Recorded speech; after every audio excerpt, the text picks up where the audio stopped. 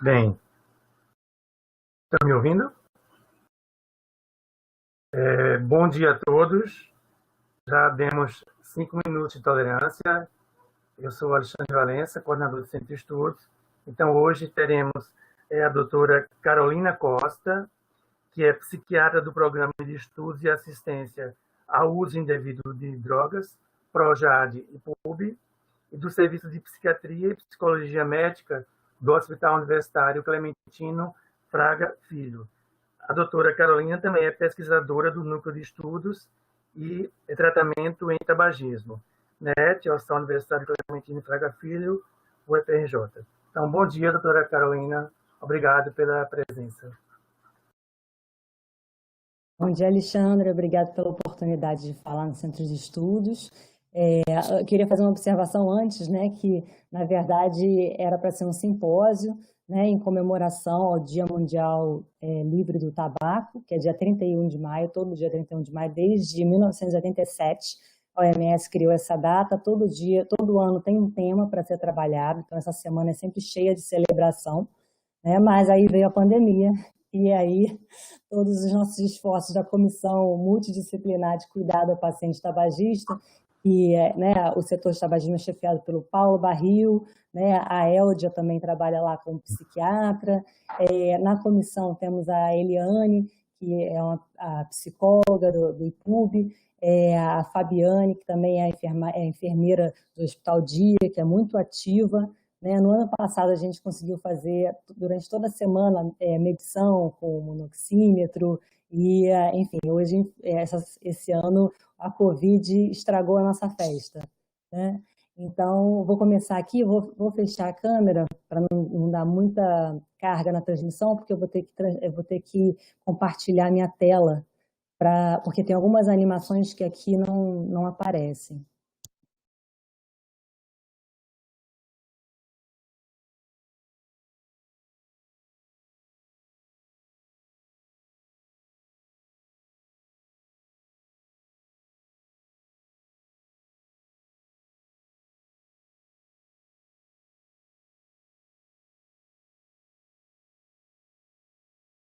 Espero que vocês estejam vendo. Dá para ver, Alexandre?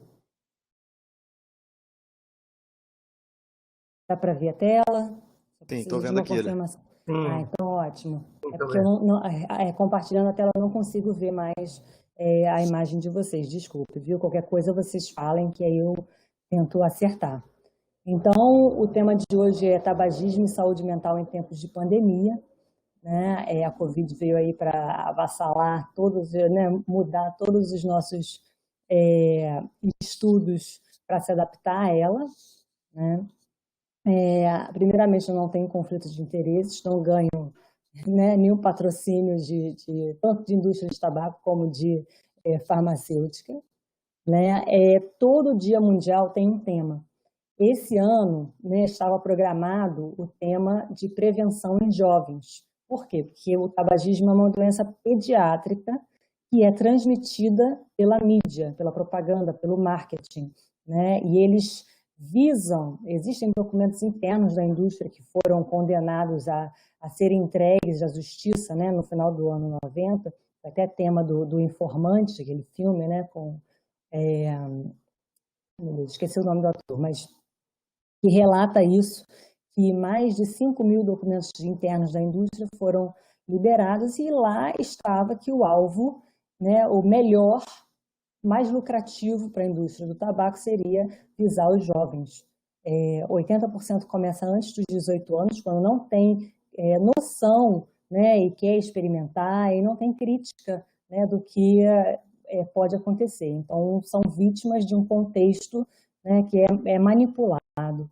Né? Então, aqui nessa imagem comemorativa, né, se um produto mata 8 milhões de pessoas a cada ano, você também iria colocar como alvo a nova geração, né? Porque aí muitas pessoas até ficam anos para parar de fumar, dando lucro para a indústria do tabaco, e até depois ficam até morrer, às vezes, né? Sem parar de fumar, fumando ainda.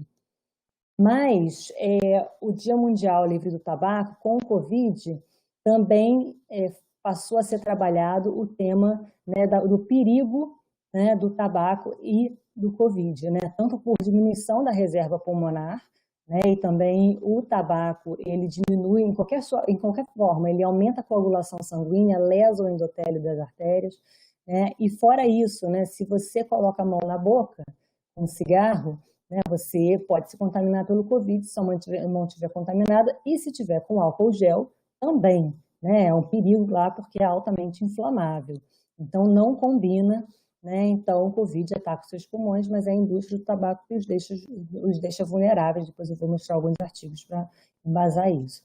Então, o tabagismo é uma outra pandemia, né, junto com o Covid, que também é uma pandemia, né? É uma junção bombástica. Né? Só para atualizar um pouquinho da história, na Primeira Guerra Mundial, o cigarro industrializado foi o primeiro produto comercial globalizado do mundo, não existia nem a globalização, foi lá para 1960 que, né, começou a globalização de fato, mas o cigarro é pioneiro, né? E é até hoje um dos principais fatores de risco para doenças crônicas não transmissíveis, né? Hipertensão, piora a diabetes, piora a dislipidemia, né? Enfim, piora o risco para infarto, derrame. E também a maior causa prevenível de morte no mundo. A segunda é o álcool e a terceira é o tabagismo passivo. Então, é a primeira e a terceira, né? Não é pouca coisa. A maior causa de morte, adoecimento e pobreza, segundo o OMS em 2019. Né? Pobreza por quê? Hoje em dia é muito mais o consumo, o lucro, né, da indústria do tabaco é muito mais em países pobres e em desenvolvimento, né? E é uma verdadeira tristeza, porque as pessoas acabam gastando até 40% da sua renda, né, que já é pequena, para fumar e até deixam de comer. Né? E aí lá, nesses países que não tem uma estrutura de acesso à saúde tão boa, né, e um cuidado à saúde, isso acaba sendo uma desgraça. Né? Então, a OMS ela declara que é uma das maiores ameaças à saúde pública que o mundo já enfrentou. Né?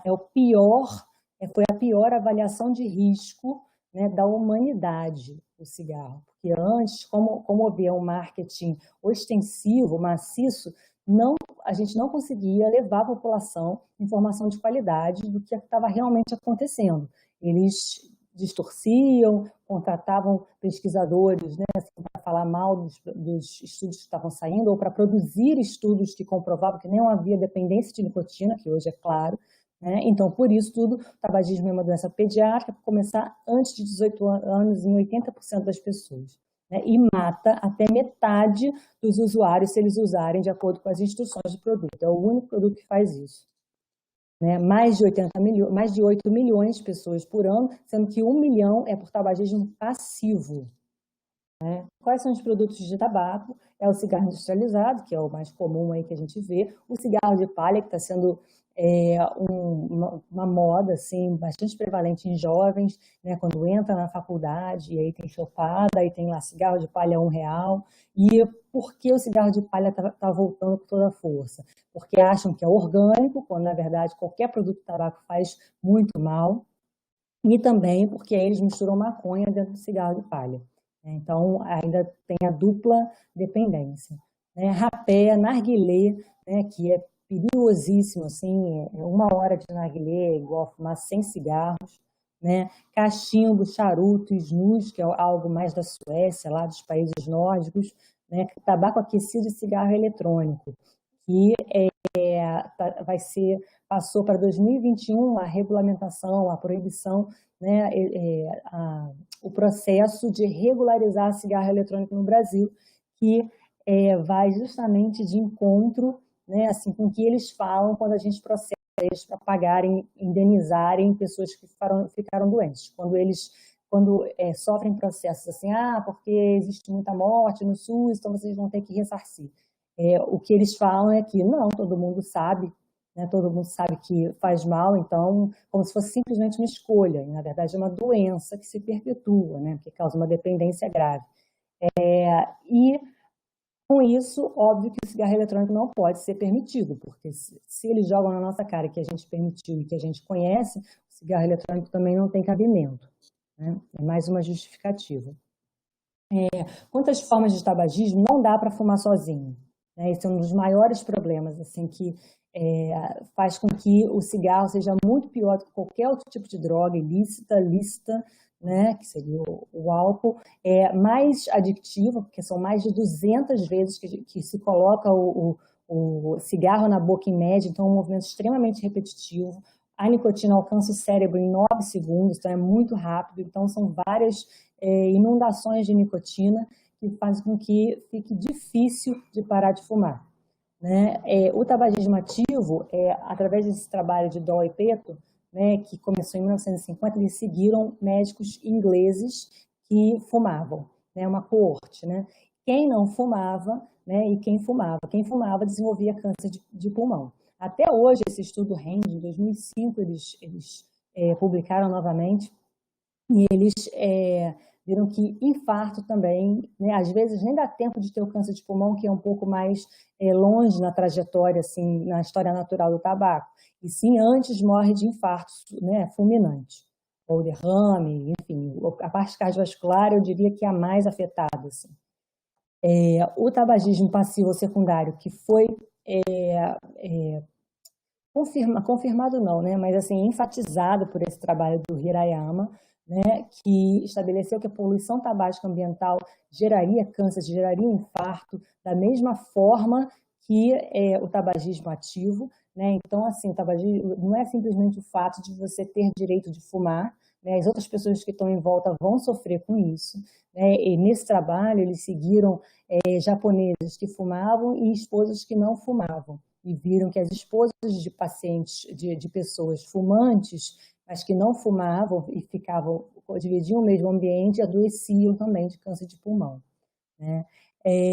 E, mais recentemente, a partir de 2006 começou a se falar sobre o assunto, mas em 2009, com essa publicação na Pediatrics, que realmente aumentou muito, né, enfim, a preocupação sobre isso, que é o tabagismo de terceira mão ou terciário, né, que a nicotina, assim, a fumaça do cigarro, ele tem uma fase gasosa e uma fase particulada. A fase particulada vai se depositar em todas as superfícies. Então, mesmo que apague a fumaça do cigarro, que não haja mais fumaça no ambiente, a nicotina continua ali e produzindo reação química, né, e fazendo com que vire nitrosamina, que é sabidamente carcinogênica.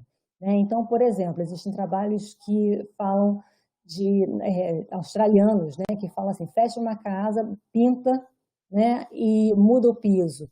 2 meses depois da casa trancada, ainda se acha nicotina lá dentro. Então, é algo muito sério, assim, principalmente para bebês, né, que engatinham e tal. Então, quando você fuma, né, e o alcance das partículas, das micropartículas do cigarro vão a raios de distância, não adianta falar assim, estou fumando na janela, né, porque a casa toda fica empesteada. Então, para a gente ver aqui, ó, num bar, né, que exista consumo livre, né, se você permanecer 2 horas, é igual você fumar 4 cigarros.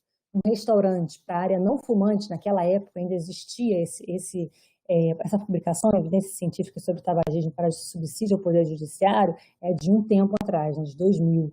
Então, existia aquela besteira né, que é uma insanidade, de que a fumaça respeita a área fumante ou não fumante. Não respeita, vai se espalhando e não existe como pará-la, né?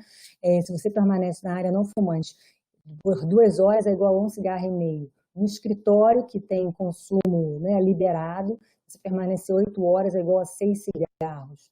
Né? E convive com alguém fumando um maço dia, é igual a 3 cigarros, né, inteiros. O carro com janelas fechadas e alguém fumando durante 1 hora também é igual a 3 cigarros. Então, assim, não há como fumar sozinho. Esse é o maior problema, né? Enquanto a pessoa bebe sozinha, óbvio que não dá para comparar, porque em cada pessoa tem um impacto diferente, né? Assim, não dá para. Mas quando você consome álcool, cocaína, maconha também tem vapor, mas que também contamina. O cigarro você vai se espalhar, né? Como se fosse uma bomba mesmo. E mais de 50 doenças relacionadas, não é só câncer de pulmão, né? Quando a gente pensa assim, vai fazer mal ao pulmão. Não, vai fazer principalmente mal aos vasos sanguíneos, né? Insuficiência arterial periférica. É só de você pegar o cigarro, se você fizer um exame, né, enfim, detalhado, você vai ver que os vasos da mão mesmo já ficam vasos contraídos, né? Faz mal, está relacionado a úlcera de estômago, a câncer de trato gastrointestinal, câncer de bexiga, câncer de mama, câncer de útero, né, leucemia, enfim. Então, surdez por conta de osteoartrose, não, aumento, né, do martelo, produz isso, osteoporose, infertilidade, enfim, muita coisa. E mesmo, mas eu fumo pouco, né? Com a legislação dos ambientes livres de cigarro, acabou gerando uma nova leva de fumantes, que são os fumantes ocasionais, né? Mas mesmo assim, há evidências de que se você é fumante de menos de 1 ou 10 cigarros por dia, ou seja, um dia você fuma, outro dia não, mesmo assim você aumenta as suas chances de morte e mortalidade, né? Assim, mesmo assim você tem 6 vezes mais chances de infartar, enfim. São números assim que assustam. Por quê? Porque o cigarro não vai sair, o que você aspira não vai sair do seu pulmão, o alcatrão não sai, né? Assim, e a gente sabe que tem mais de 7 mil substâncias, sendo né, assim, 60 substâncias sabidamente cancerígenas, 200 tóxicas, né? E não dá para você eliminar o alcatrão. Né? Não existe essa depuração suficiente. Tanto que tem um médico amigo meu que foi acompanhar uma paciente de uma cirurgia torácica e o cirurgião torácico retirou na biópsia um linfonodo preto, né, enegrecido. E esse médico falou assim, caramba, o que é isso? Não, é porque ela é fumante, é o linfonodo do fumante. Isso não vai sair, então fica lá alterando o DNA da célula. E é cumulativo, né? Se você fuma hoje, aquilo de lá vai ficar no seu pulmão, se você fumar depois, vai somar ao que você fumou, não existe assim, igual a uma dieta, né? Vai sair pelas fezes. E o papel de destaque internacional no SUS. A gente tem muito orgulho, né? Assim, tem algumas pessoas aqui que eu vou até agradecer no final, que são parte desse histórico, desse sucesso, né? O Brasil é signatário da Convenção Quadro, que é o maior tratado de saúde pública mundial, né, que a OMS fez, né, por conta, começou em 2003 e começou a ser posto em prática em 2005, que é muito recente, né? Sendo que só o Brasil e a Turquia, né, são as duas únicas nações que implementaram com sucesso as ações governamentais propostas por esse tratado.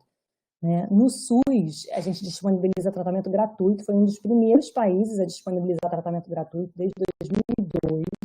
Tá? Então, são mais de 4 mil unidades de saúde. No início, eram centros de tratamento, centros de referência. A partir de 2012, isso se capilarizou e a porta de entrada é a atenção primária. Então, isso aumentou muito, né, o alcance. Né?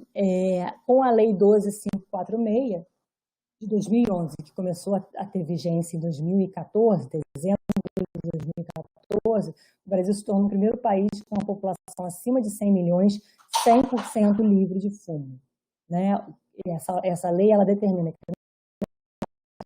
o tabagismo passivo, terciário, a fumaça se deposita e a nitrosamina, né, acaba sendo produzida por reações químicas assim, que a gente nem vê.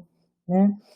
Não pode, perto de prédio, né, dentro de espaços semiabertos, então tem uma varanda, não tem teto, né, mas se tem parede em volta, não pode fumar. Né, então isso foi assim que algo muito bem, enfim, produzido aqui no Brasil. Né. E com isso tudo, o número de brasileiros que fumam, né, caiu 38% no período de 13 anos, de 2006 para cá. E hoje é menor que 10%, 9,8%, com o levantamento da Vegetal de 2019. Né? Quais são as estratégias que o OMS coloca nessa Convenção Quadro como as melhores para controlar o tabaco? Né? Monitorar o uso de tabaco, é uma regra mnemônica, né? Empower, que significa empoderar, né? Em inglês, se você for ver. monitorar o uso de tabaco e as políticas de prevenção, aumentar os impostos, né, sobre o tabaco, fazer cumprir as proibições sobre publicidade, promoção e patrocínio. Não pode fazer publicidade, apesar da indústria distorcer isso e usar agora digital influencer, né, mídia social, ou anúncios dizendo que precisamos falar sobre cigarro eletrônico, sobre parar de fumar. Enfim, no dia 31 mesmo deve ter páginas do jornal compradas pela indústria do cigarro, dando a entender que, né, o cigarro eletrônico é melhor, porque agora é uma nova roupagem, né, com as mesmas propagandas. Advertir sobre os perigos do tabaco, que é o warning, né, oferecer ajuda para a cessação do tabaco, que no Brasil é de graça pelo SUS, né, offering, e proteger a população contra a fumaça do tabaco, que são os ambientes 100% livres do fumo. Mesmo assim, mesmo com o Brasil sendo bem sucedido e tendo uma queda relevante na prevalência do tabaco, se você for ver o preço do cigarro, isso aqui é o índice Marlboro, que o Alexandre Milagres faz no CAT, né, no Centro de Apoio ao Tabagista, ele sempre atualiza. No Rio de Janeiro custa R$8, na Austrália custa R$85, né? Nos Estados Unidos custa caro, né? Assim, então, isso aqui paga imposto, mas não é suficiente para pagar o imposto deles, pagarem o prejuízo que dá para o SUS, né? Isso aqui foi o Dia Mundial Sem Tabaco, o tema foi de 2017, né? Dizendo que o Brasil é líder mundial em exportação de tabaco e o segundo maior produtor global da folha. O primeiro é a China, né? Porque o governo é que é o dono da plantação do tabaco. Ao mesmo tempo, o sistema de saúde gasta 23 bilhões para tratar doenças relacionadas ao tabaco, o triplo do que é arrecadado com os impostos sobre o cigarro. Então, o tabaco é uma ameaça para o desenvolvimento, é prejuízo para o país. E na live que o Drauzio Varela recebeu um prêmio da OPAS, né, assim, chegaram a mencionar um número maior ainda, de 54 bi, e enquanto os impostos do cigarro que eles pagam, né, para o governo são 13 bi. Né? Então, assim, é um prejuízo de 40 bilhões para o país. E aí eles vêm ainda com um discurso falacioso, né, de que, puxa, tem que diminuir mesmo, porque senão o contrabando vai acontecer. O contrabando é outra conversa. O contrabando tem que ser combatido, sim, mas é a mesma coisa que falar, vamos diminuir, como o Drauzio fala, né, vamos diminuir o preço da maconha aqui, porque aí eles vão consumir o nosso, e não, né, consome mais o nosso do que o de contrabando, óbvio, mas uma coisa não impede a outra, tem que aumentar sim, e aumentar o preço é a medida mais eficaz para controle do tabaco, por incrível que pareça, segundo a Convenção Quadro. Tá? Com relação à saúde mental e tabagismo, é um sinergismo, assim, é a fome com a vontade de comer. A indústria do tabaco, ela viu como nicho de mercado, né, investiu fortemente nessa população no passado. Né? Para vocês terem noção, eu tenho relatos de colegas de enfermagem que trabalhavam no Unísio da Silveira, e a Souza Cruz mandava cigarro que não ia para venda porque estava quebrado, ou tinha algum defeitinho, mandava caminhões para lá para sustentar o vício dos pacientes psiquiátricos, que são os esquecidos, né? Os que, enfim, as pessoas, coitados, né? Não têm nenhum prazer, enfim. Depois eu falo um pouquinho das crenças distorcidas. Então, esse cigarros eram doados para instituições psiquiátricas de graça, né? Tem um artigo que teve acesso a 5 mil documentos da indústria e tinha até diretor, em épocas passadas, diretor de uma instituição no Havaí, mandando carta para a indústria do tabaco, olha, você sabe que o cigarro é o que mais acalma o paciente psiquiátrico, então, por favor, mande cigarros que vocês não vão vender por conta de erro e tal, e era exatamente isso que acontecia aqui no Brasil também. Né? E até hoje, o que é uma deturpação, assim, que eu chego a passar mal quando eu ouço uma coisa dessa, mas é compreensível por conta do trabalho, da normalização que foi feita pelo marketing, né, do cigarro, que ele é tido como meio para facilitar a relação terapêutica com o paciente. Tipo, você fuma, ele fuma também, então vocês têm algo em comum, né? Ele vai gostar mais de você por causa disso. Você vai ter mais entrada, né? O que, enfim, é controverso. No Brasil, ele é uma das únicas pernas da indústria do tabaco intacta pela lei, no sentido de pacientes institucionalizados podem fumar se o médico deixar. Ainda é até uma crueldade, né? O médico é que vai assassinar o paciente. Em tabacaria também pode, no resto não pode. Então, assim, ainda existe essa regulamentação para a gente trabalhar em cima, né? Que é um erro. Pacientes com diagnóstico psiquiátrico consomem cerca de 44% dos cigarros fumados nos Estados Unidos, esse trabalho pelo Grant, em 2004, mesmo sendo 7% da população.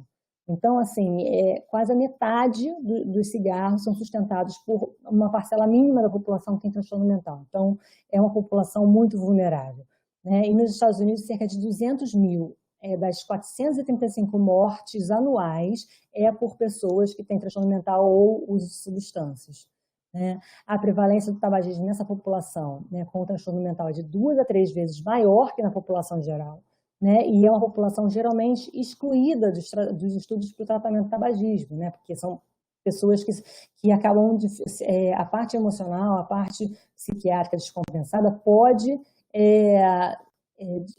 evitar, pode diminuir o sucesso dos tratamentos de tabagismo, a gente sabe disso, né? Então, para que o produto farmacêutico, né, para que o remédio possa ser comparado e aprovado, eles tiram toda essa população, então eles ficam sem estudo, né?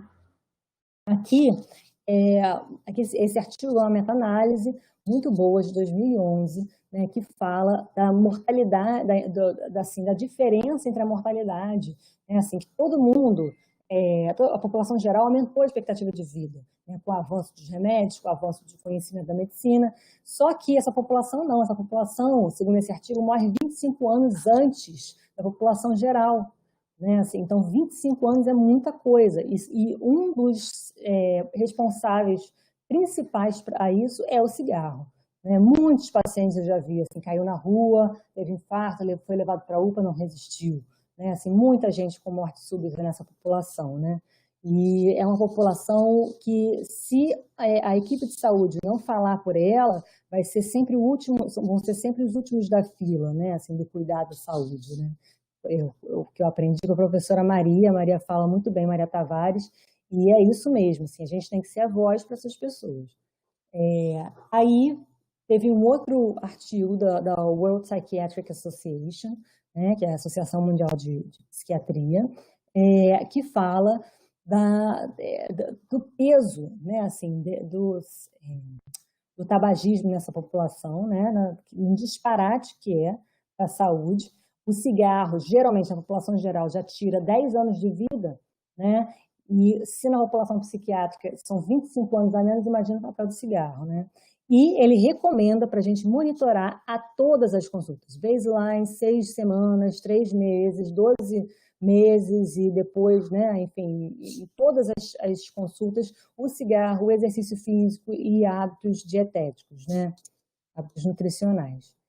Então, esse é o artigo que eu falei anteriormente, né, que teve acesso a 5 mil documentos internos da indústria, num processo, né, que foi relatado pelo filme Informante, né, e aí foi um processo mega que acabou sendo uma virada, né, do papel assim que o tabaco tinha antes. Ele era herói, né, fazia propaganda de herói, e aí passou a ser vilão, claramente, porque eles sabiam que matavam, desde 1950 sabiam que dava câncer, e eles deturpavam isso em nome do lucro, né? Então, aqui, uma propaganda, né, desse artigo, falando de um direcionamento para esquizofrênico, né, no jornal. Schizophrenic, né, for new merit, having two sides is just a normal behavior. Então, para o novo merit, ter dois lados é simplesmente um comportamento normal, né? Então, assim, the new merit, we've got flavor down to science, né? Então, sempre referência a um nicho de mercado, porque são populações mais vulneráveis e que, né, precisa de gente para defender. E aí, também, nesse artigo, ele fala da reação, eles usavam associações de familiares, né, de portadores de doença mental, de transtorno mental, para combater avanços, tipo o Joint Commission, né, que era uma comissão para aprovação de medidas em hospitais, né, para garantir a qualidade, e uma delas era não ter cigarro dentro do hospital.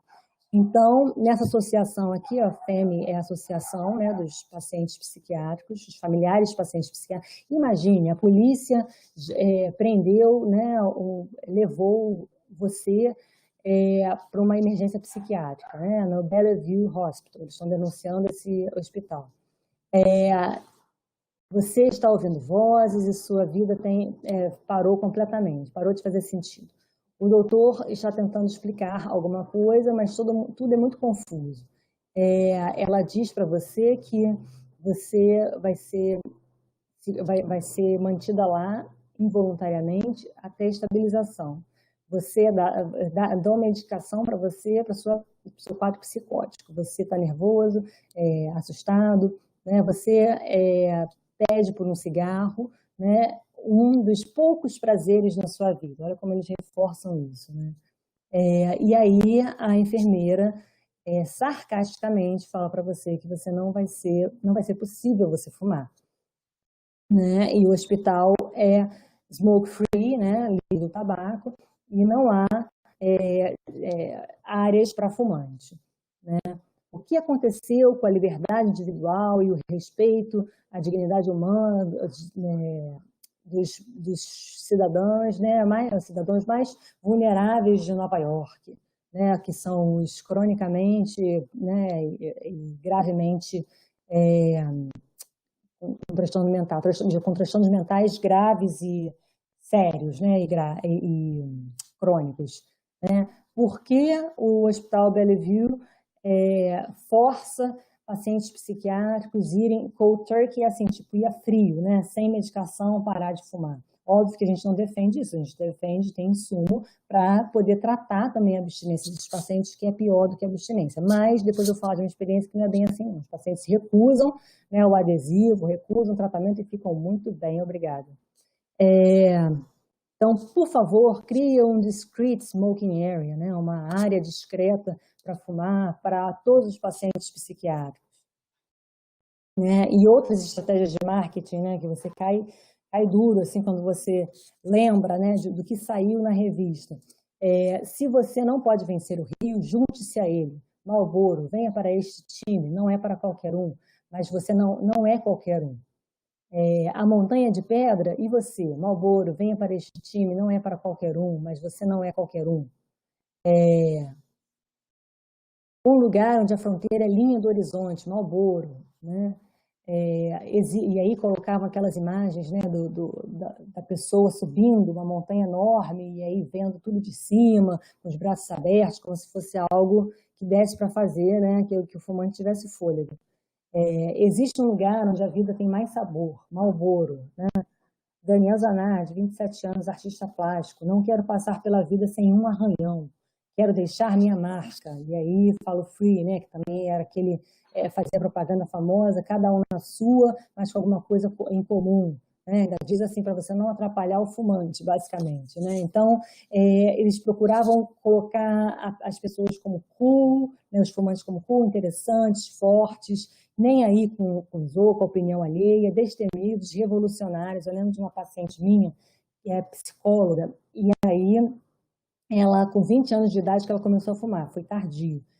Mas ela disse que ela lembrava vividamente que ela olhava para a professora dela fumando, e aí a professora soltava uma frase assim, muito sábia, um insight, e voltava a fumar e dava uma baforada. E aí ela pensava, nossa, quanta sabedoria. E aí isso foi normalizando, né? Não é à toa até que Freud sempre aparece fumando, e isso tem impacto, né? Mais pérolas internas da indústria, isso foi num congresso interno. O que o fumante faz por si mesmo pode ser só de sua conta, mas o que ele faz ao não fumante é outra coisa muito diferente. Vemos nisso o mais perigoso elemento conhecido para a viabilidade da indústria tabagista, ou seja, eles já sabiam e queriam disfarçar.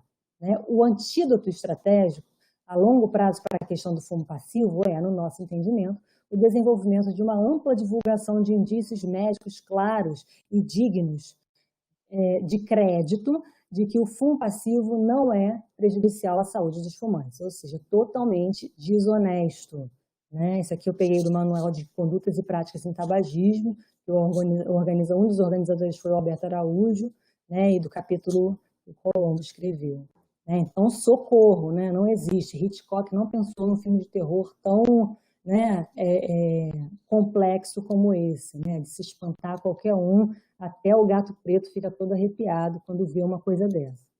Então, a indústria do tabaco acaba sendo um lobo em pele de cordeiro, né? Sempre foi. E o Drauzio coloca muito bem como, naquela época, era difícil você conseguir, por programas de televisão, passar uma mensagem diferente do que o cigarro, porque era propaganda em tudo quanto é lugar, era apelo, era festival de rock, davam amostras de cigarro em colégio. Enfim, a indústria era muito pesada no marketing, lucrou demais. Na década de 60, 70, era uma das 10 com maiores PIBs, assim, PIBs não, enfim, umas 10 que contribuíam para o PIB, né, do Brasil. E aí, com relação à população psiquiátrica especificamente, a nicotina ela pode até aumentar agudamente a cognição, né, dos pacientes com esquizofrenia, mas a longo prazo está ligado a prejuízo cognitivo, a mais sintomas negativos, né, e um ajuste social, relacionamento social mais empobrecido, né, segundo essa revisão aqui. Outra coisa também que é importante para a gente saber e passar para essa população, parar de fumar pode melhorar a saúde mental, né? Então, assim, você parar de fumar, né, tem um tamanho de efeito igual ou maior que o antidepressivo, né, para tratamento do humor e de ansiedade. Então, isso é fundamental, assim, né? A gente hoje em dia eu questiono, assim, às vezes o tratamento do tabagismo é central no tratamento do paciente psiquiátrico. A gente já teve tanto avanço, né, tanto antipsicótico atípico, antidepressivo não para de surgir, e a gente vai deixando, por conta do papel que a indústria fez bem no passado, né, é até difícil a gente colocar o tabaco dentro do nome de congresso de álcool e drogas. Cadê o tabaco? Né, assim, até bem pouco tempo, ou até hoje em dia mesmo, Alcoólicos Anônimos, Narcóticos Anônimos, incentiva você a fumar, todo mundo fuma lá dentro e toma cafezinho, porque isso é tido como uma ajuda para você não usar droga, né? Como se o cigarro não fosse a pior droga de todas. Essa aqui também é outro artigo super importante que mapeou a densidade de lugares, de lojas que vendiam cigarro próximo a pacientes psiquiátricos, né, com doença severa, que é esquizofrenia, transtornos psicóticos, né, e tinha mais agitação motora, mais internação, enfim. Então, não é tão paralelo assim, né? Eu lembro de uma aula que eu dei para os residentes, e aí perguntei quantos pacientes que vocês veem, mais ou menos, que têm uso de substância, e aí aquele silêncio. Mas nem tabagismo? Aí todo mundo, sim, tabagismo e tal. Então é esquecido, né? Muito pelo marketing da indústria. Então a gente tem que desfazer isso, tem que colocar como anormal o tempo todo, e não pode ser só uma pessoa, tem que ser o coletivo, né? Então, eu tive a oportunidade, né, de viver, né, de montar um projeto de enfermaria livre do fumo no Centro Psiquiátrico do Rio de Janeiro, quando eu trabalhava lá, né, dava plantão na enfermaria, né, e a gente chegou a fazer um trabalho de levantamento mesmo, de opinião, e as crenças do profissional, né, a gente ouvia, ninguém mais vai querer entrar dentro do hospital nunca mais, quando isso aqui virar 100% livre do fumo, e até o jardinzinho que tinha paredes não podia, porque é semiaberto, né? Mas o que aconteceu é que os pacientes que fumavam lá dentro deixaram de fumar e continuaram lá dentro. É mais ou menos um terror que a indústria coloca, como se a abstinência matasse, quando na verdade é o contrário, o cigarro é que mata, a abstinência não mata. E tem muito a ver com o contexto também, né? Com a expectativa. Se a pessoa pode fumar, a expectativa de fumar já libera dopamina até mais do que o uso do cigarro. Então isso agita a pessoa, né? É um direito deles, como se eles não tivessem direito à saúde, né? É o único prazer que eles têm na vida. Sim, isso é um problema. Então, a gente está aqui para variar os prazeres que ele tem na vida. Vamos descobrir outros prazeres, porque isso faz parte da dependência, né? A gente acaba tirando o valor de outras coisas que também podem gerar prazer e gerar vida, né? Gerar uma vida com sentido. Eu nunca vi tirar cigarro de pacientes psiquiátricos. Precisam dele, né? Que é algo realmente trazido pela indústria novamente. Uma fala da indústria, né, que pegou na equipe de saúde mental. Retirar o cigarro subitamente é algo muito brutal. Na internação não é o melhor momento de tirar algo que ele se identifica. Você sabe a dor que é parar de fumar? Eu, com toda assistência, tive a maior dificuldade. Sim, ambulatorialmente é muito mais difícil do que internado. É impressionante. Tinha pacientes lá que, depois da internação, pediam para parar de fumar, continuar parando de fumar, né? Assim, mesmo assim, lá fora, com acesso, né? Enfim, a solidão, com a falta de suporte social, acabavam voltando. Né? Então, a internação lá no CPJ era uma grande janela de oportunidade. Eles vão ficar mais agressivos, o que se provou exatamente o contrário. Uma calmaria, diminuiu muito a intercorrência de agitação. Tudo é proibido dentro da internação. Fumar ajuda a matar a ansiedade, né? Quando, na verdade, eles ficaram menos ansiosos. Né? Isso aí depois é motivo de uma próxima apresentação, né? Porque senão é muita coisa, não dá tempo de falar tudo. Fumar tem que ser um projeto terapêutico de cada paciente, mas não dá. Se um outro fuma e eu não fumo, eu vou ter vontade, né? É um gatilho. Então, a gente tem que tomar muito cuidado para não perpetuar o estigma velado, né? Aquele paciente que não tem nada para fazer, que não vale nada, que não tem sentido da vida, e então só resta fumar. Né? E aí o cigarro também é o contrário, né? Assim, o cigarro faz com que a pessoa também não invista em outras coisas, né? Então, acaba sendo uma prisão, né? Enfim, institucional até, porque também aumenta internado, enfim. Sobre a evidência de tratamento na saúde mental. Os psiquiatras abordam muito pouco o tema, né? Tem, nesse trabalho, eles falam até que pacientes fumantes foram abordados só 20% das vezes, é muito pouco. Uma das crenças é parar com tabaco pode ser deletério ao plano de tratamento, né? O uso de tabaco não é uma prioridade, né? Coisa que, em muitos casos, que eu vou mostrar aqui depois, em exemplos clínicos, é central, né? É central no tratamento do paciente psiquiátrico. Estratégias para a cessação tabágica tomam muito tempo e a gente não sabe, né? E também tem o estigma, né, de tadinho, coitado, deixa ele, né, deixa assim mesmo. Eu tive uma paciente que tinha cirrose pelo ácido valproico, usado no passado, bem no passado, né, e acompanhava pelo patologista. E eu ajudava ela a parar de fumar, incentivava, a cada consulta era difícil, mas enfim, sempre a gente planta uma semente, né, que vai florescer em algum momento. E e aí a patologista falou, coitada, não, ela tem outras coisas para se preocupar, deixa o cigarro. E aí catapultou o esforço, né? Enfim, então, uma fala assim, né, que é pró-cigarro, é muito temerária.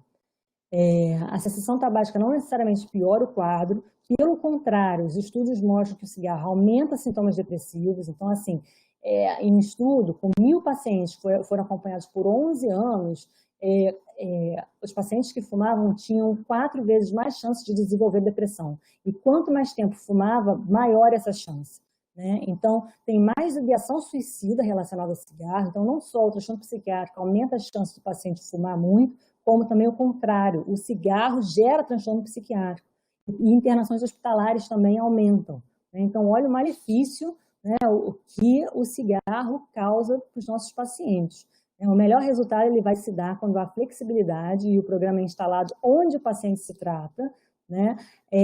Outro papel importante também do cigarro para minar os nossos esforços de tratamento de transtorno mental é que induz enzimas do fígado, né, principalmente a CYP1A, 2, e tem medicações que caem até 50% do nível, assim, clozapina 50%, aldolfo 50%, duloxetina 50%, olanzapina tem estudos que falam até em 85% de redução do nível sérico. Então, assim, você vai dar uma dose cavalar e não vai funcionar.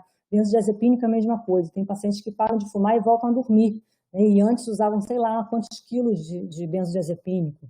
Né? Banir totalmente é melhor do que banir parcialmente nas instituições. Por quê? Porque o parcial, isso a gente vivenciou lá no CPRJ também, no início era parcial, né? Porque a gente também estava estudando ainda o tema e estava tentando, enfim, fazer alguma coisa, né, que fosse meio que meio termo. Mas os pacientes agitam mais, ficavam mais agitados, eu quero fumar, quero fumar, quero fumar, e aí pede aqui, pede ali. Quando não há possibilidade, acalma, né?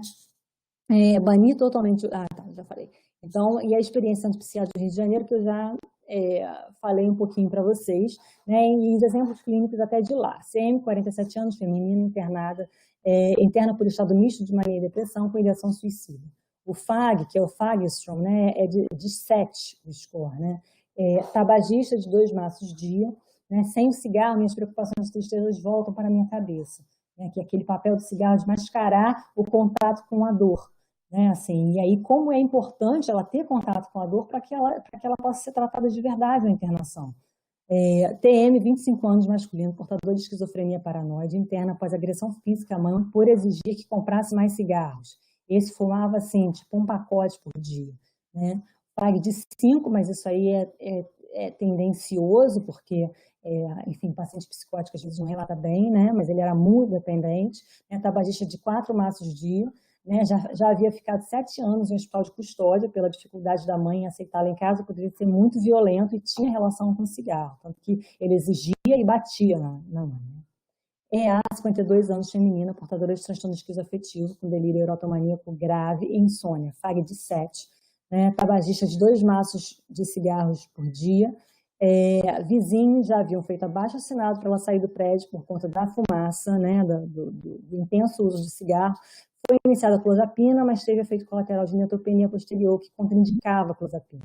Lá no CPRJ, ela parou de fumar e hoje mantém o mesmo esquema de antes da clozapina, mas com melhora do quadro psiquiátrico, né? E aquela coisa, né? Os níveis séricos foram normalizados, né?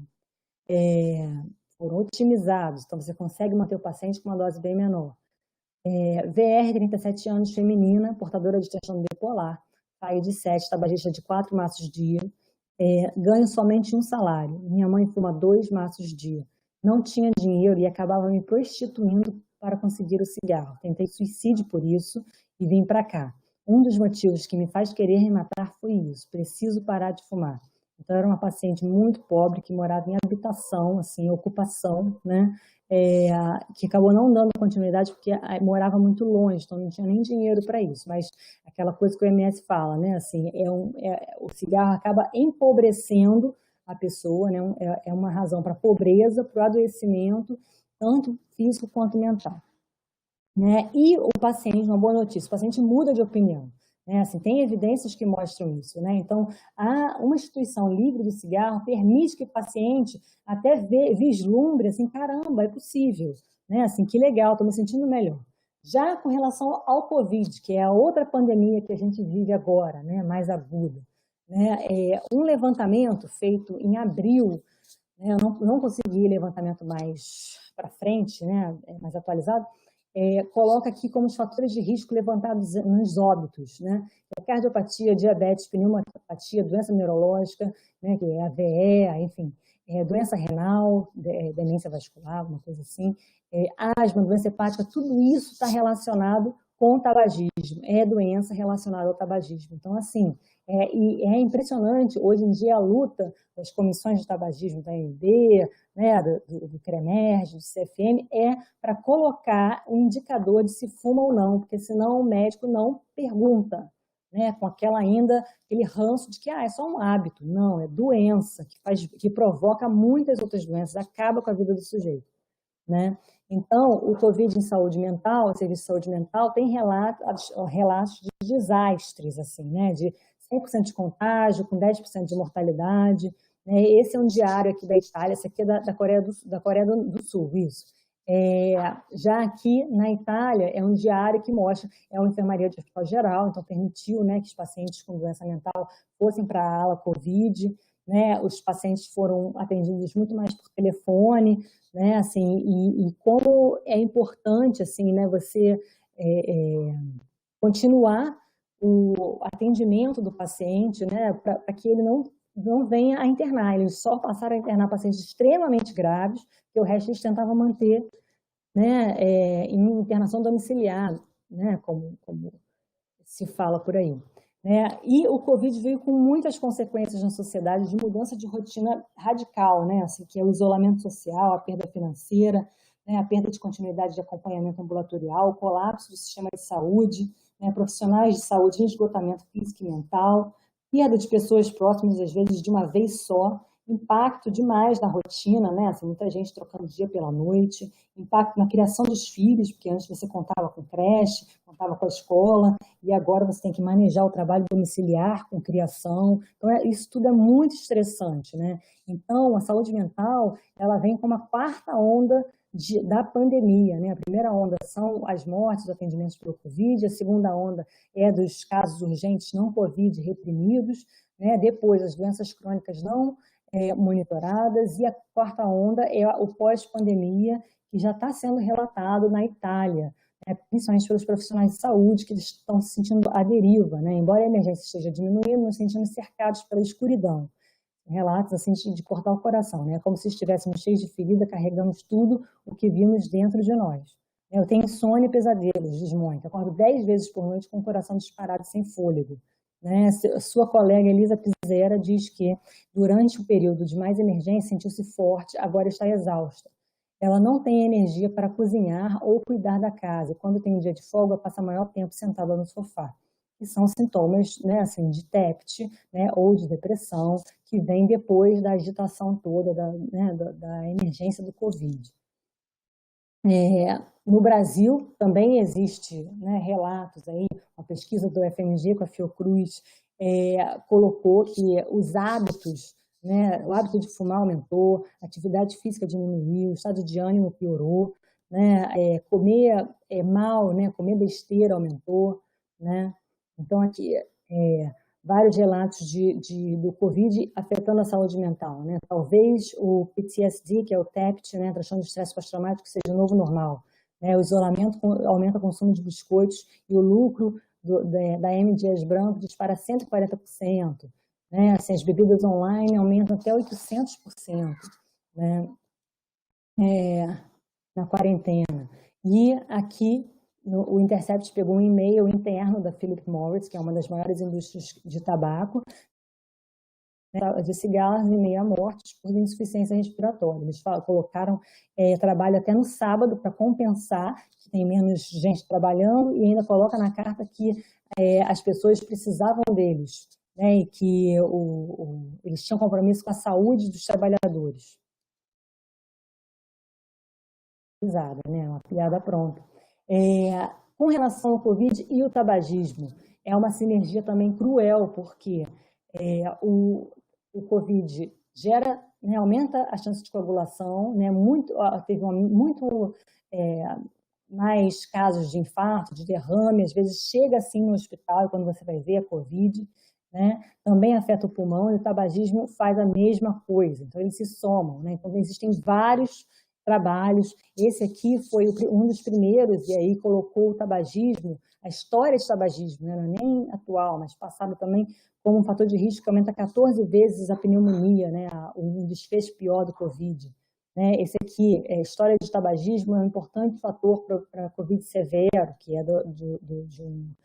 de pesquisadores da Itália.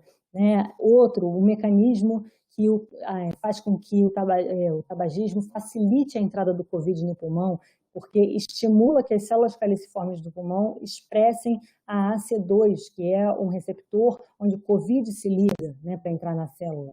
Né? Outro também artigo falando sobre a mesma coisa, uma revisão sistemática falando de cigarro, né, e Covid, que é uma combinação bombástica. Né? Esse é o artigo da Estela Martins, né, muito querida e muito atuante assim, na guerra, né, contra a indústria do tabaco, e ela também faz levantamentos muito pertinentes, assim como o perigo da pessoa usar álcool gel e acender cigarro, ou usar cigarro eletrônico, né, o perigo de contaminação, porque né, vai colocar a mão na boca mais vezes, não consegue usar máscara, né, tem até uns memes com uma máscara com furo para o cigarro, né, o que é uma coisa assim absurda. Né? Esse trabalho é muito importante também, acho que é uma das maiores amostras assim, que diz que a prevalência, a gravidade, a mortalidade associada a quem tem DPOC e a quem fuma, né, e tem Covid é maior. Né? A Convenção Quadro, né, que é da Organização Mundial de Saúde, também postou como que a gente pode ajudar os fumantes, porque desde o momento que você para, você já tem diminuição dos receptores ACE nas células caliciformes do pulmão, e você já diminui a chance, né? Você já coloca o seu pulmão com menos muco, no terceiro dia você está se sentindo muito melhor, né? Os benefícios são amplos. Esse aqui é uma meta-análise, né, que é de um dos maiores estudadores, que é o Glantz, né, um nome muito poderoso assim, né, nas publicações do controle do tabaco, né, que também fala que o tabagismo é um dos piores fatores de risco para a progressão do Covid. É uma meta-análise. Esse aqui é um artigo infelicíssimo, né, que foi amplamente divulgado na mídia, né, por que será? Porque tem interesse da Philip Morris por trás, porque a empresa que divulgou esse trabalho, ela faz trabalho para a Philip Morris, né, a divulgação de matérias institucionais da Philip Morris. Esse Jean-Pierre Changeux, né, que publicou esse artigo que a nicotina talvez seja benéfica para a Covid, ajude a lutar, vacina, nananã. É um artigo de opinião, saiu um outro antes, né? Essa revista, que é a Chaos, é um repositório só então você escreve, você posta lá, não tem nenhum compromisso, não tem nenhum editor, simplesmente você divulga o que você quiser, né? O que você quiser escrever, o que passar pela sua cabeça. E esse Jean-Pierre Changeux já trabalhou muito para a indústria do tabaco, então, assim, como eles são sórdidos, né? Então, como é que a gente vai poder ajudar, né, ajudar quem precisa, né? Tanto os pacientes internados como os pacientes que estão sofrendo por causa da pandemia, do Covid, com todos esses estresses, fatores estressantes, né? A gente tem limitação hoje em dia, que é o cancelamento de grupos, né? Que é justamente o que é preconizado pelo Ministério da Saúde. A preferência tem sido atendimento telefônico individual, né? Em alguns casos, principalmente, para pegar medicação, que é gratuita. Existe também o remanejamento da equipe, né? Para o fronte da pandemia. Então, os hospitais, atenção primária, né? Para o hospital de campanha, emergência, triagem. Então, a gente ainda tem menos pessoal, né? Mas qualquer profissional de saúde, até em hospital de campanha, em cirurgia, em rastreio de câncer, né, com oncologista ou médico clínico mesmo que precisa trabalhar com prevenção, são janelas de oportunidade, grandes janelas de oportunidade, né? O mínimo que a gente pode fazer e que é custo efetivo e que faz diferença é a abordagem mínima, né? Se você quiser, você pode ampliar para a abordagem básica e a gente sempre recomenda os princípios da entrevista motivacional porque você precisa ser afetivo para a pessoa conseguir absorver isso como algo de valor, né, as orientações. Vou falar um pouco mais sobre isso rapidinho, porque o tempo está acabando. A abordagem mínima dura 3 a 5 minutos, e aí você faz em todas as consultas e eleva a taxa de cessação de 3% até 8 a 10% em um ano, né, caso realizado em cada consulta. Então, assim, é uma das ações mais importantes na cessação do tabagismo, é o começo de tudo. Óbvio que no tete-a-tete, no individual, no atendimento médico-paciente, a gente pode começar, mas existe um compromisso comunitário com organizações, movimentação da sociedade civil, e até de movimentação política que também ajuda, mas a gente tem a nossa parte nisso. E o mnemônico é pergunte, avalie, aconselhe e prepare. Então, o mínimo que você pode fazer é, você fuma? Há quanto tempo você fuma? Quantos cigarros você fuma? Né? Qual o tempo que leva para acender o primeiro cigarro do dia? Você está interessado ou pensa em parar de fumar? Né? Você já tentou parar de fumar alguma vez na vida? Antes de você aconselhar, você tem que avaliar dessa forma. Né? Assim, e isso vai fazer com que o paciente se sinta muito mais à vontade e não obrigado, né? Não gere tanta reatância à orientação, né? Já a abordagem básica inclui o acompanhar, né? Assim, você não só preparar, pedir para o paciente marcar a data de parada, como você seguir esse paciente para ver o que está dando certo, o que está dando errado, como que você vai planejar com ele.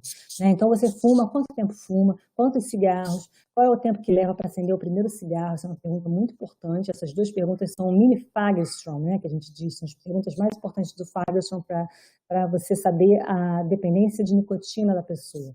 Você está interessado ou pensa em parar de fumar? Caso sim, pense em marcar uma data para deixar de fumar, gostaria de ajuda. né? Já tentou parar de fumar alguma vez na vida? O que aconteceu quando tentou deixar de fumar, né? Que é para saber o que deu certo e o que deu errado lá atrás, né? E obedecendo sempre os princípios da entrevista motivacional, que Miller e Rohn, eles tratam a motivação não como um traço. A pessoa não é motivada ou desmotivada, não é isso. É um estado que vai ser influenciado pela relação terapêutica. Então, o objetivo aqui não é você colocar o paciente como um depositório de informações, e sim evocar falas de mudança dele, né, fluir com a resistência, evitar a discórdia ao máximo, porque aumenta a reatância e estraga, né, a possibilidade de mudança do paciente, usar perguntas abertas e escuta ativa, abordar os valores que vão ser nossos nortes, né, assim, é muito importante você saber o que o paciente mais preza, porque ele vai mudar não necessariamente por um valor que é seu, né? Eu posso prezar muito a saúde, eu posso ficar muito preocupada com o meu paciente, mas o paciente pode não ter prioridade na vida dele como a saúde, né? Pode ser a beleza, pode ser a estética, pode ser o cheiro, né? Por incrível que pareça. Tem gente que fala assim, para morrer o cemitério está cheio, todo mundo vai morrer um dia. Então, isso não significa que o paciente é ignorante ou que o paciente é difícil, não, simplesmente que ele tem outras prioridades e que gerar discrepância entre as prioridades que ele tem e o comportamento de fumar pode ser um recurso, um atalho, assim, para que você possa motivá-lo, né? A autoeficácia é super importante, então você mede a importância da mudança, a confiança que o paciente tem na mudança e a prontidão, porque às vezes o paciente acha super importante, mas não confia na sua capacidade, né? E aí, nessa, você pode fazer, no paciente que está querendo ou não querendo, e a coisa mais humana da vida, né? Assim, eu quero e não quero fazer exercício físico, quero e não quero fazer dieta, enfim, quero e não quero melhorar, enfim, melhorar minha... Oh, meu Deus. Pode ser dieta mesmo, melhorar minha vida, meu estilo de vida, melhorar meu sono, né? Enfim, várias coisas. A gente é ambivalente, né? Na mudança, gera ambivalência naturalmente e gera sofrimento. Ser ambivalente é sofrer, porque tem conflito interno, né? E aí a gente começa podendo fazer a balança decisória, que são 4 colunas: vantagens para fumar, desvantagens para fumar, vantagens para não fumar e desvantagens para não fumar. Por quê? Porque às vezes a pessoa tem 1000 desvantagens para não fumar, mas para fumar, mas não fumar para ela tem muita desvantagem também. Então, assim, para que eu vou deixar de fumar se eu ficar abstinente, vou ficar irritado, minha esposa vai se separar de mim porque ela me acha um saco, enfim. Então, existe todo um contexto que pode ser explorado, assim, né, em uma consulta só.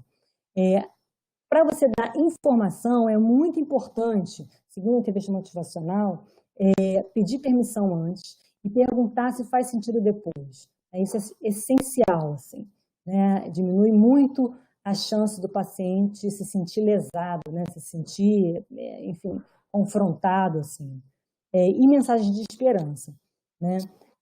Saiu as diretrizes do Ministério da Saúde, né, para quem quiser acessar nesse site aqui. Eu tive o prazer de participar, né, e aqui as medidas não farmacológicas, né, grupo, orientações, pode ser até individual, são efetivas, são melhores do que nada, né, e o tratamento medicamentoso sozinho também. Os dois combinados aumentam mais ainda a chance do paciente, aumenta mais, até 10 vezes a chance do paciente parar de fumar, né. A gente fala nesse relatório sobre a recomposição de nicotina, tanto adesivo e goma, com a bupropiona. A vareniclina ficou de fora por conta do custo-efetividade, que ainda não está claro, né? Ainda não caiu a patente, então não é possível o Ministério da Saúde ceder de graça. E a combinação de terapias, né, é sempre mais interessante do que uma só, né? Então, assim, misturar adesivo e goma, adesivo e bupropiona, enfim, isso tudo vai facilitar o paciente a parar de fumar. E aí, quando eu penso em dependência de cigarro, o tratamento não medicamentoso é super importante, como a diretriz do Ministério da Saúde coloca. Por quê? Porque é um tripé, né? A dependência física de nicotina eu abordo com tratamento medicamentoso. A dependência comportamental, né, que são as associações que o paciente faz automática, memória implícita, né? Assim, eu estou no ponto de ônibus acendo cigarro sem nem perceber. Eu estou no carro acendo cigarro. Depois do café eu acendo cigarro, né? Enfim, depois da refeição eu acendo cigarro. lendo jornal, acendendo cigarro, enfim, existem mil associações que a gente vai trabalhar com substituições ou distrações, né? Assim, e a dependência psicológica, que é a carga afetiva, faz com que a gente tenha um olhar, né, para se a pessoa tem um transtorno mental, tem depressão, tem ansiedade, tem uso de álcool, porque a gente precisa tratar isso também, até antes do paciente começar a tratar o tabagismo, né? Então, para avaliar a dependência física, a gente usa esse teste de Fagerstrom, né? Que aí acima de 5 a gente tem mais chance do paciente parar de fumar, de obter alívio com medicação. Abaixo de 5, a medicação já é algo assim mais controversa, né? A gente não vê assim uma ajuda tão gritante quanto aquele que fuma muito, que tem muita dependência de nicotina, às vezes em um grupo. Esse paciente é o primeiro a parar de fumar quando usa medicação. A dependência comportamental, a gente vai mapear as situações de gatilhos, né, assim que eu já falei, e aí a gente vai pedir para o paciente fazer um mapa do cigarro, que a gente fala que é para conhecer o inimigo. Vamos mapear aqui o inimigo para a gente saber onde que a gente vai atuar e mudar os hábitos, né, quebrar essa rotina. E aí as mensagens de esperança, que a gente sempre tem que dar, né, segundo a entrevista motivacional, que é super importante. Os benefícios de parar de fumar, né, o paciente tem que saber disso, que é imediato, imediatamente, em 20 minutos a pressão sanguínea e a pulsação já voltam ao normal. Então, para quem é hipertenso, faz a maior diferença. Já vi gente parar de tomar remédio para hipertensão que parou de fumar. Após 2 horas, não há mais nicotina circulando no sangue. Após 8 horas, o nível de oxigênio se normaliza. O Drauzio Varela até fala, né? 72 horas depois que ele parou de fumar, ele acordou se sentindo tão bem, de uma maneira que ele nunca tinha se sentido há muito tempo, assim. E aí ele fica assim, caramba, eu não sabia que isso podia acontecer, eu achava que estava tudo bem, né? Mas pode melhorar. Após 12 a 24 horas, os pulmões já funcionam melhor. 2 dias, o olfato já percebe melhor os cheiros, e isso é uma coisa muito relatada, assim, é uma surpresa agradável, né, que o fumante sempre fala, o paladar degusta melhor a comida. Após 3 semanas, a respiração se torna mais fácil, a circulação melhora. Após 1 ano, o risco de morte por infarto no miocárdio é reduzido à metade. Após 10 anos, o risco de sofrer infarto será igual ao das pessoas que não fumaram. A parte cardiovascular é muito importante, assim. Outros recursos importantes você pode usar para orientar o paciente, atividade física, né? Assim, e aí você fazer uma caminhada, né, quando você tiver fissura, diminui a fissura, tem evidência. E também produtos lácteos e também frutas e vegetais, abusar disso faz com que o paladar do cigarro não seja tão legal, né? Enfim. Não seja tão reforçador. E aqui a gente produziu, né, eu coloquei um guia para o paciente internado, né? O que são os passos obrigatórios? No primeiro contato, verificar se o paciente fuma, é o primeiro sinal vital, eu falo lá para os residentes, porque senão a gente esquece, a gente coloca como hábito, porque a gente colocou no nosso inconsciente isso, por tanta propaganda que era glamouroso, que era simplesmente um hábito, uma opinião, uma questão de escolha, né, por conta da indústria. Dar explicação sobre os motivos da enfermaria, né, sobre os motivos de ter cuidado, da necessidade do cuidado de fumar e sobre as opções de alívio, né. Avaliação diária da intensidade da fissura, né, intercorrências relacionadas ao cigarro, relacionadas àquele paciente. Eu coloquei principalmente a PRJ, que era livre do fumo, né. Então, se o paciente tiver condição, se tiver sem sintomas psicóticos, realizar o teste de Fagerstrom para saber a dependência de nicotina, avaliar as tentativas anteriores, o que deu certo, o que não deu, qual foi a impressão dele, avaliar a importância e prontidão do paciente, caso a importância baixa, a prontidão baixa, dar informações, né, promover uma reflexão e dúvidas sobre o cigarro, né, os benefícios de fumar, os benefícios de parar de fumar. Caso importância alta e prontidão baixa, trabalhar os prós e os contras, né, na balança decisória, né? Caso a importância alta e prontidão alta, né, que isso é a régua da alta eficácia. Né? Barreiras e situações de alto risco, manejo de fissura, né, você mapear as situações de alto risco, as situações de gatilhos, né, assim, como você pode manejar a fissura através da respiração diafragmática e outros, né, caminhada e outras estratégias. Propor a tratamento para a cessação tabágica internado e, caso aceite, trabalhar as cartilhas do Ministério da Saúde, né? Avaliar a presença de fumantes em casa, né? Que podem até minar, né? Ser uma tentação a mais para o paciente quando ele estiver alta, né? Abordar a família, se possível, perguntando se há vontade de parar de fumar. também, né? Se ele parar de fumar, ótimo. Agora, uma agradável surpresa que a gente teve no Surgeon General, fresquinho de agora, de março de 2020, eles incluíram a terapia de aceitação e compromisso, que é o Acceptance and Commitment Therapy, e o Mindfulness como opções, como tendo evidência para ajudar a parar de fumar. Então, a nossa missão, né, não é só com o paciente, no coletivo, transformar o fumo cada vez menos aceitável, e isso acontece com vários outros temas, né, que é, por exemplo, xixi na rua, no carnaval, o combate à dengue, né, coletar as fezes do seu cachorro na rua, né, e isso, assim, quando você vai ver os modelos de crença e saúde, por que uma pessoa percebe que aquilo de lá faz risco à saúde ou não? Esses dois autores, eles começaram a estudar isso porque eles percebiam que, em prevenção, vacina para poliomielite, vacina para varíola, a adesão era muito baixa, né? Então, existem alguns conceitos que eu vou passar um pouquinho, mas que a gente pode atuar, e eu posso falar depois nas perguntas, porque agora estou na hora das perguntas. Então, assim, vamos focar em educação à saúde para todo mundo, tá? Para a equipe de saúde, para paciente psiquiátrico, paciente que frequenta, né? Cansar de educar em saúde. O tabagismo não é um direito, e sim mais um problema para todos. Cuidado com o estigma velado, para não reforçar isso, que é um interesse da indústria do tabaco, eles trabalharam fortemente para isso. O principal desafio, então, é dar o limite, mas de forma afetiva, porque não é contra o fumante é vítima aí, mas contra o cigarro. O resgate do cuidado com o corpo nessa população é urgente, né? Assim, não existe só alma, é corpo e alma integrados junto, ao mesmo tempo. Tratar o tabagismo nesses pacientes pode ter um impacto muito maior do que imaginamos, pode ser o central do tratamento do paciente.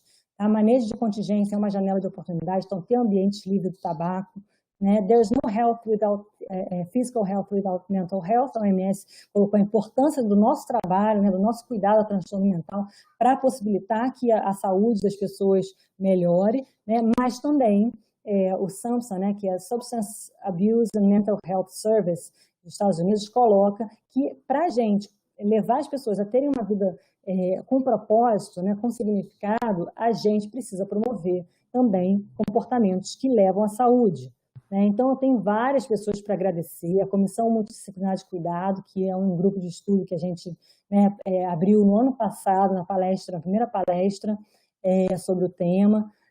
Enfim, a Andréia, que deu a oportunidade, é super empolgada com o tema, o professor Jorge, o professor Marco Antônio, que foi o primeiro que incutiu essa ideia, a enfermaria psiquiatra tem que ser livre do fumo, o Alberto, que é meu mestre aí, deu o meu mestrado a ele e ao Marcelo Cruz. Aqui fica um convite, para aderir aí, quem quiser, tiver interesse de estudar o tema, a nossa comissão multidisciplinar é totalmente aberta, tem pessoas maravilhosas.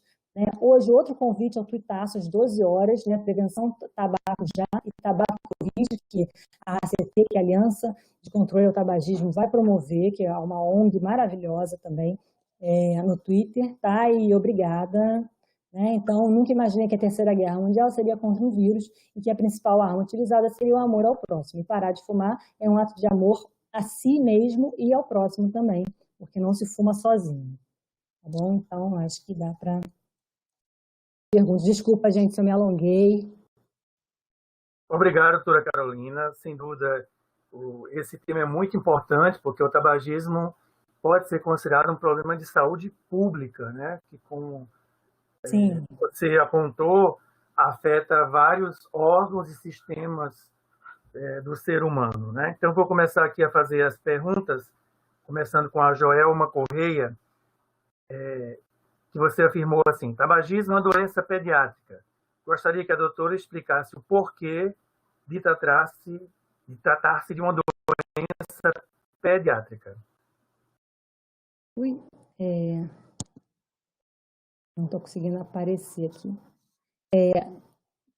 Joelma, é uma doença pediátrica porque 80% das pessoas que começam a fumar são menores de 18 anos. Então, estão naquela fase de experimentação, acha que não vai morrer, que pode tudo, que tem saúde, tem os amigos para, enfim, influenciar e não tem noção do risco.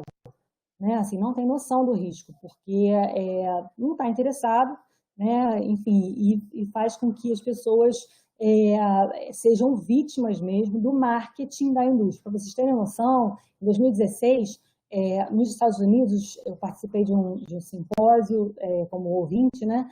E eles falavam assim que o cigarro eletrônico estava explodindo, ó. Estava explodindo porque permitiram, liberaram as microindústrias e eles colocavam anúncios do tamanho das crianças, né? As embalagens do cigarro são altamente chamativas, como se fosse um chiclete, né? Assim, passa por chiclete, né? Por isso uma das lutas também é o maço genérico. Antes, as indústrias do tabaco, eles faziam questão de colocar o tabaco próximo a doce, né? Enfim, e davam amostras de cigarro para criança de 15 anos, adolescente de 15 anos na porta do colégio, ou em eventos, doavam. E óbvio, né? Uma vez você fumando, você vai querer outro e outro e outro, e daqui a pouco o produto mesmo faz o seu próprio trabalho. É muito fácil, assim, é uma indústria muito lucrativa. E que quanto mais, e como mata muito, né, 8 milhões, estima-se que eles têm que recuperar, pelos documentos internos da indústria, eles querem recuperar 11 mil por dia por conta das mortes que eles produzem. Ok, obrigado. A Jusley Júpiter fala que você mencionou sobre o tabaco em crianças. Ela pergunta quais as pesquisas afirmam que a maconha é menos agressiva que o cigarro. Menos eu não diria, assim. O cigarro é mais difundido, né, eu diria, assim. Então, é histórico, né? Desde a Segunda Guerra Mundial foi a produção em massa, foi o primeiro produto globalizado. Então, assim, foi muito tempo. Eu tive professor que me deu aula fumando na faculdade de medicina, né? Então, assim, a gente acaba. Deixa eu só um instantinho aqui. No interfone, essas coisas acontecem, né? Ao vivo, de casa. O que acontece?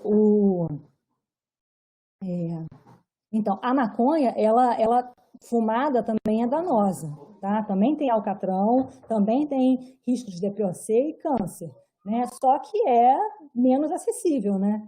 Se eu quiser, eu vou ali na padaria aqui da esquina e compro um cigarro, né? Já a maconha, eu não sei, não tem fornecedor, só quem tem fornecedor. Então, eu acho que essa questão do acesso, né, facilita muito, e do marketing ostensivo. Okay. Acaba sendo mais grave por conta disso, por causa do alcance. Verdade. Eu vou lançar logo duas próximas perguntas. Da Vivian Lousada, a relação entre hereditariedade e o hábito de fumar, e a Flamine, queria que você comentasse os efeitos do tabaco em relação à odontologia, né, nos dentes. A Flamínia, que faz parte, aí, nossa farmacêutica querida, que faz parte da comissão. Obrigada, Flamínia. E obrigada, Vivian. Sobre a hereditariedade, existe sim, grávidas fumantes, elas aumentam a chance posterior, mesmo se o filho não usar cigarro, de asma, enfim, até de fumar também. Existem genes assim que acabam, o meu filho participando da palestra, existem genes que facilitam, que fazem com que pessoas sejam mais suscetíveis, né? Isso aí eu não sei, nunca li por detalhe, mas eu sei que acontece, que pode ser passado de geração para geração. E a pergunta da Flamínia foi sobre... desculpa, me relembra, por favor. Odontologia. Odontologia, sim. Os dentistas têm uma grande participação, porque os dentes, assim, caem todos, né? Assim, da doença gengival, entendeu? Assim, da endodontite, a pessoa fica com o dente amarelado, dá osteoporose, então o arcabouço ósseo diminui. Então, assim, a boca dos pacientes psiquiátricos, né, assim, que a gente vê que faltam vários elementos dentários, muito, não é só por falta de escovar o dente ou por falta de higiene, muito pelo cigarro, O cigarro faz isso com todo mundo. Então, assim, quando você vai numa consulta no dentista, na atenção primária, eles têm feito muito isso. Você vem se tratar e vai fazer uma consulta com o dentista e é abordado. Isso sensibiliza, porque é algo concreto no seu corpo, uma ameaça que está sendo percebida ali. Então, isso ajuda demais. Câncer de boca, né? Enfim. Ok. Carolina Bianchini, foi comentado pela doutora que no contexto de uma instituição psiquiátrica é melhor parar totalmente o tabagismo do que parcialmente. Essa questão me fez pensar sobre a política de redução de danos. Gostaria que pudesse comentar, por favor, sobre o tabagismo, a redução de danos ao tabaco. Só uma coisa, Carolina, a política de saúde mental atual mudou, não é mais redução de danos. Agora os programas vão prezar pela abstinência. Tá? De alguma forma, viram que essa política de redução de danos não estava sendo eficiente no sentido de reduzir o consumo de drogas, né? Então, isso mudou, mas a doutora Carolina pode comentar mais. Eu não vejo a redução de danos como negar a abstinência.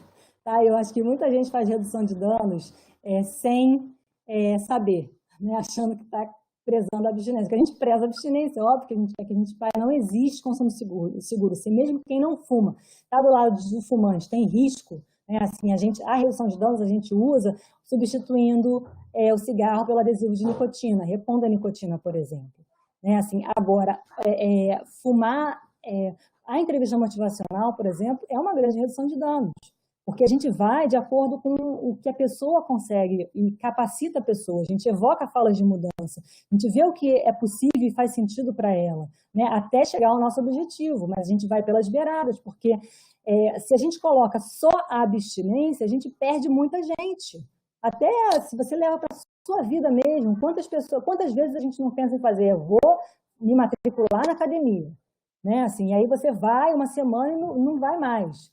E aí, entendeu? Como é que a gente faz? Como é que a gente pensa isso? Como a Andrea bem fala, assim, qualquer exercício físico tem que valer a pena. Se a gente pensa assim, a gente aumenta a autoeficácia, né? Assim, uma questão de autoeficácia, não é uma questão de... A política de controle do tabagismo é totalmente compatível com a redução de danos, né? Assim, a gente quer abstinência, sim, mas para isso os locais têm que ser abstinência, tem que ser 100% livre de fumo. Porque não é só o direito do paciente. O paciente tem direito de fumar, mas o paciente não tem direito de lesar o outro que não está fumando. Né? Assim, então, é uma redução de danos quando a gente trata. Né?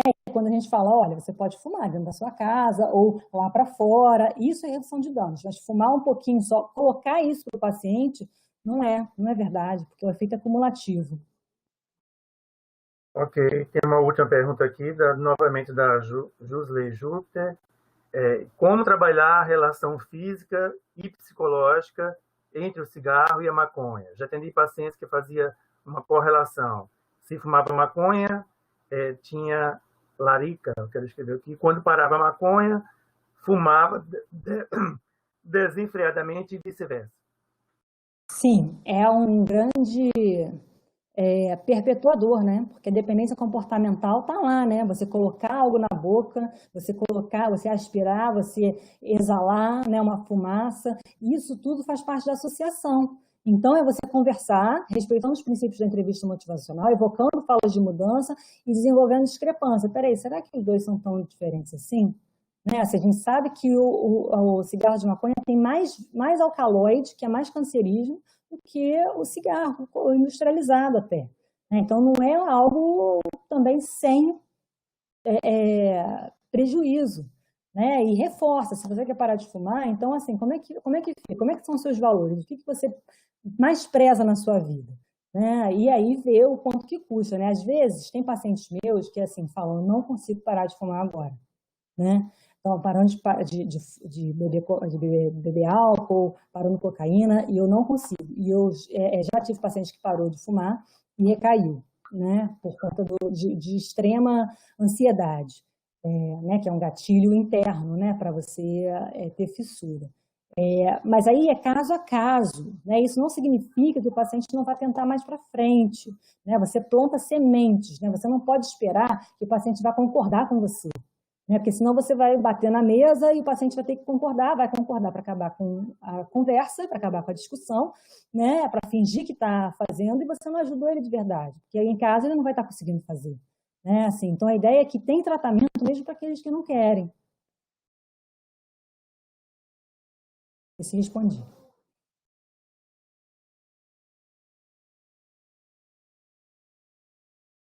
Mais alguma pergunta?